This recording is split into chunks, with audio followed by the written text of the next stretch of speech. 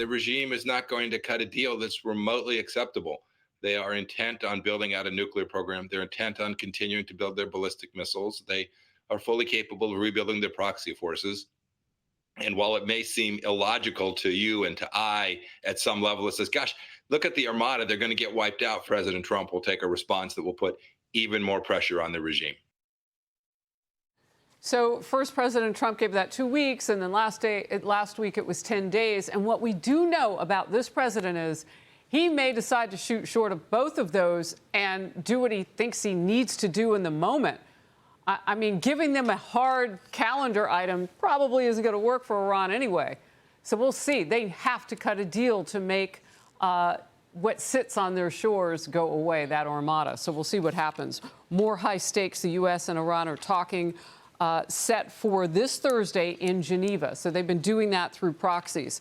But just this morning, the State Department announced it will pull out all non-essential personnel from Lebanon. U.S. aircraft carriers and more than 120 warplanes are now in the region. The massive USS Gerald R. Ford is on the way. So you've got one there, one coming, you'll have two, and that is a lot of might. And Presidential Envoy Steve Witkoff has a warning about Iran's nuclear ambitions.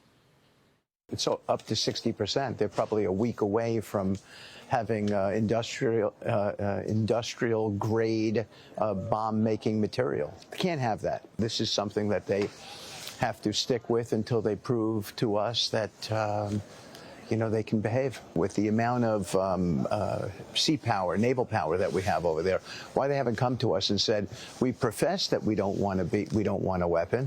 This is from Politico today. Quote, let's be clear, all the signs point to imminent military action. Just watch what's happening, the massive military buildup. The simple fact is that America has never built up a military force like this and not used it. It's hard to believe they'll all be sent home without firing a shot. That's all a quote. Chief National Security Correspondent Jennifer Griffin in Washington. Jennifer. Harris, there's a lot of intentional obfuscation, messaging, and disinformation being spun to suggest strikes are imminent, to keep the pressure on Iran and to keep the regime guessing as the administration gives a last push to negotiate. Today, however, we did learn the State Department has ordered dozens of non-essential personnel and eligible family members to evacuate the embassy in Beirut. In the past, that would suggest a strike is imminent, but we have not seen similar orders at embassies across the Middle East. The USS Gerald R. Ford aircraft carrier strike group arrived at Suda Bay on the island of Crete in Greece today for crew rest and resupply. Suda Bay is where the Ford's guided missile destroyers would load up on missiles.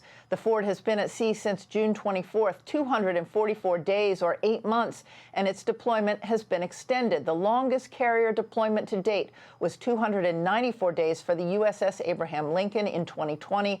It costs $6 to $7 million a day to keep a carrier strike group at sea. That includes the one nuclear aircraft carrier, one cruiser, destroyers, 70-plus aircraft, and 7,500 personnel. Roughly one-third of the U.S. Navy's deployed fleet is positioned near Iran. The last time the U.S. maintained this state of readiness was under General Mattis as CENTCOM commander from 2012 to 2014.